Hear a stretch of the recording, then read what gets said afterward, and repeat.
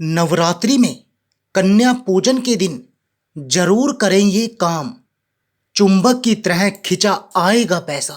सभी अधूरी मनोकामनाएं हो जाएंगी पूरी। नमस्कार दोस्तों, स्वागत है आपका एक बार फिर से हमारे चैनल पर। दोस्तों, वीडियो शुरू होने से पहले अगर आप भी दुर्गा माता से सच्चे दिल से प्यार करते हैं तो इस वीडियो को एक लाइक कर दें और चैनल को सब्सक्राइब कर लें और साथ में कमेंट बॉक्स में जय माता दी जरूर लिखें। दोस्तों, हिंदू धर्म में नवरात्रि का एक अलग ही महत्व माना गया है। इस साल की शारदीय नवरात्रि 15 अक्टूबर से आरंभ हो चुकी है और 23 अक्टूबर को समाप्त होगी। नवरात्रि के इन 9 दिनों के दौरान माता के 9 रूपों को पूरे विधि विधान से पूजा जाता है। यह 9 दिन बिल्कुल एक उत्सव की तरह होते हैं, जिसमें अष्टमी और नवमी को कन्या भोजन कराया जाता है। कन्या भोज भारतीय परंपरा का एक महत्वपूर्ण हिस्सा है। कन्या भोजन में बच्चियों को हलवा पूरी खिलाया जाता है और माता को भोग लगाया जाता है। बहुत से लोग माता रानी को हलवा पूरी के अलावा भी बहुत सी चीज़ों का भोग लगाकर प्रसन्न करते हैं। नवरात्र में माता रानी को खुश करने के लिए लोग कन्याओं को भोजन कराते हैं। भोजन कराने के साथ कन्याओं को भेंट भी देते हैं। कन्याओं को नवरात्रि में उपहार देने की परंपरा बरसों से चली आ रही है। मान्यता है कि नवरात्र में माँ भवानी इन छोटी कन्याओं के रूप में आशीर्वाद देने आपके घर आती हैं।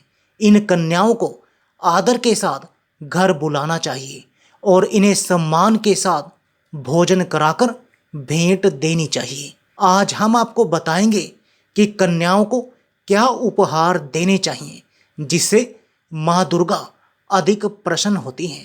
पहला, लाल वस्त्र। नवरात्र में आप कन्या भोज कराएं तो कन्याओं को उपहार के रूप में लाल वस्त्र देने का विशेष महत्व होता है। अगर किसी वजह से आप लाल वस्त्र देने में असमर्थ हैं तो सभी कन्याओं को लाल रंग की एक चुनरी भी दे सकते हैं। लाल रंग को वृद्धि का प्रतीक माना जाता है और इसके साथ ही लाल रंग माँ की पोशाक का रंग होने के कारण भी बेहद शुभ माना जाता है। वहीं लाल रंग के वस्त्र देने से आपका मंगल भी मजबूत होता है। दूसरा, फल। नवरात्र का कन्या भोज करने में कन्याओं को कम से कम एक मौसमी फल जरूर देना चाहिए। माना जाता है कि नवरात्र में कन्याओं को फल देने से आपको आपके अच्छे कर्मों का फल कई गुना वापस होकर प्राप्त होता है। फलों में सबसे शुभ केला और नारियल को माना जाता है। माना जाता है केला विष्णु जी का प्रिय फल और नारियल यानी श्रीफल माँ लक्ष्मी को बहुत पसंद है। इन दोनों को ही दान करने से आपके घर की सुख समृद्धि में वृद्धि होती है। तीसरा, बादाम का हलवा।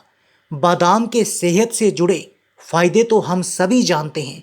इन्हीं फायदों से भरपूर बादाम का हलवा आप इस नवरात्रि कन्या पूजन में कन्याओं को खिला सकते हैं। बादाम का हलवा जितना स्वादिष्ट होता है उतना ही सेहतमंद भी है। तो इस कन्या पूजन में हलवे की जगह बादाम का हलवा खिलाएं और कन्याओं को प्रसन्न करें। चौथा, जलेबी। बच्चियों को जलेबियां बहुत पसंद होती हैं और यह सबसे ज़्यादा पसंद की जाने वाली मिठाइयों में भी एक है। आप चाहें तो महज आधे घंटे के अंदर घर पर ही जलेबी बना सकते हैं। तो इस बार अगर कन्या पूजन पर कन्याओं को कुछ अलग खिलाना है तो हलवे की जगह जलेबी आप खिला सकते हैं। पांचवा, खीर। घर पर कोई भी पूजा हो या त्योहार, खीर के बिना भोग अधूरा है। इस नवरात्रि कन्या पूजन में आप भोग के रूप में खीर बनाकर चढ़ा सकते हैं। कन्याओं को भी खीर बहुत पसंद होती है। तो इस नवरात्र आप कन्या पूजन में खीर पूरी भी खिला सकते हैं। छठा, बर्फी।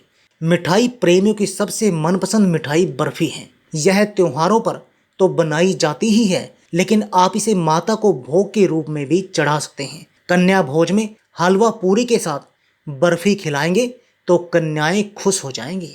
सातवां, मिठाई। कन्या भोज को करने के लिए आपको कम से कम एक मिठाई भी शामिल करनी चाहिए। अगर किसी वजह से आप मिष्ठान शामिल ना कर सकें तो घर में साफ सुथरे ढंग से बनाया हुआ सूजी या फिर आटे का हलवा भी माता का भोग लगाकर कन्याओं को खिला सकते हैं। ऐसा करने से आपके गुरु ग्रह की मजबूती बढ़ती है और माँ भगवती भी आपसे प्रसन्न होती हैं। 8वां, श्रृंगार सामग्री। नवरात्र में कन्या भोज कराने के बाद भेंट में कन्याओं को श्रृंगार की सामग्री भी उपहार में दे सकते हैं। यह श्रृंगार सामग्री पहले माता को अर्पित करनी चाहिए और उसके बाद छोटी छोटी कन्याओं में बांट देनी चाहिए। मान्यता है कि कन्याओं द्वारा ग्रहण की गई श्रृंगार सामग्री सीधे माता द्वारा स्वीकार कर ली जाती है। 9वां, चावल या जीरा। परंपराओं के अनुसार कन्याओं को जब विदा किया जाता है तो विदाई में उनको कोचा दिया जाता है। इसको कोचे में चावल और गुड़ दिया जाता है। मान्यता है कि इससे आपके घर के धन धान्य में वृद्धि होती है। नवरात्र में भी आप कन्या भोज करें तो विदा करते समय कन्याओं को उपहार के साथ थोड़ा सा चावल और जीरा भी दे देना चाहिए। इससे आपके घर में संपन्नता बढ़ती है। 10वां, सिक्के। नवरात्र में कन्याओं को विदा करते समय उन्हें दक्षिणा के स्वरूप कुछ रुपए पैसे भी जरूर देने चाहिए। ऐसा करने से माँ लक्ष्मी आप पर प्रसन्न होती हैं और आपके भंडार भर देती हैं। हो सके तो कन्याओं को अपनी सामर्थ्य के अनुसार 11 या 21 या फिर 51 रुपये देने चाहिए। आइए अब जानते हैं कन्या पूजन की विधि। कन्या पूजन के दिन पहले सभी कन्याओं को आमंत्रित करें। दूसरा, सभी कन्याओं और छोटे लड़कों के चरण स्पर्श करें और उन्हें साफ सुथरी जगहों पर बिठाएं।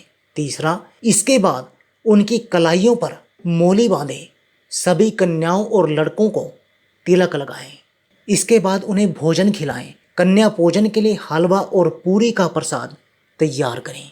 5वां टिप्स, बच्चों को प्यार से भोजन खिलाएं और अंत में उन्हें गिफ्ट्स भी दें।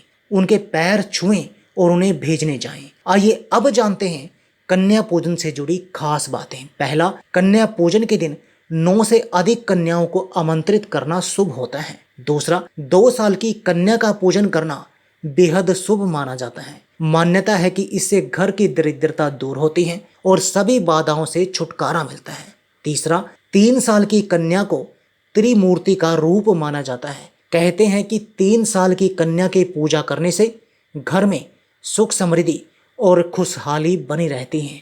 चौथा, धार्मिक मान्यता है कि घर में सुख शांति के लिए 4 साल की कन्या का पूजन करना बेहद शुभ माना जाता है। 5वां, 5 साल की कन्या को रोहिणी कहा जाता है। इनकी पूजा करने से सभी रोग और सभी दोषों से छुटकारा मिलता है। छठा, 6 साल की कन्या को कालिका का रूप माना जाता है। मान्यता है कि इनका पूजन करने से सभी कार्यों में सफलता मिलती है। 7वां, 7 साल की कन्या को चंडिका कहा जाता है। मान्यता है कि चंडिका का पूजन करने से घर में धन दौलत की कमी नहीं होती।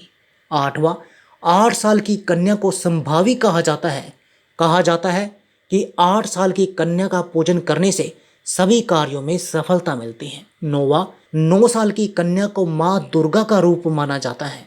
मान्यता है कि 9 साल की कन्या का पूजन से शत्रुओं पर विजय मिलती है। 10वां, मान्यता है कि 10 साल की कन्या का पूजन करने से सभी मनोकामनाएं पूरी होती हैं। दोस्तों, अगर जानकारी अच्छी लगी हो तो वीडियो को लाइक एंड शेयर करें और चैनल को सब्सक्राइब करके बेल नोटिफिकेशन को ऑल पर सेट करें। वीडियो देखने के लिए आप सभी का बहुत बहुत धन्यवाद।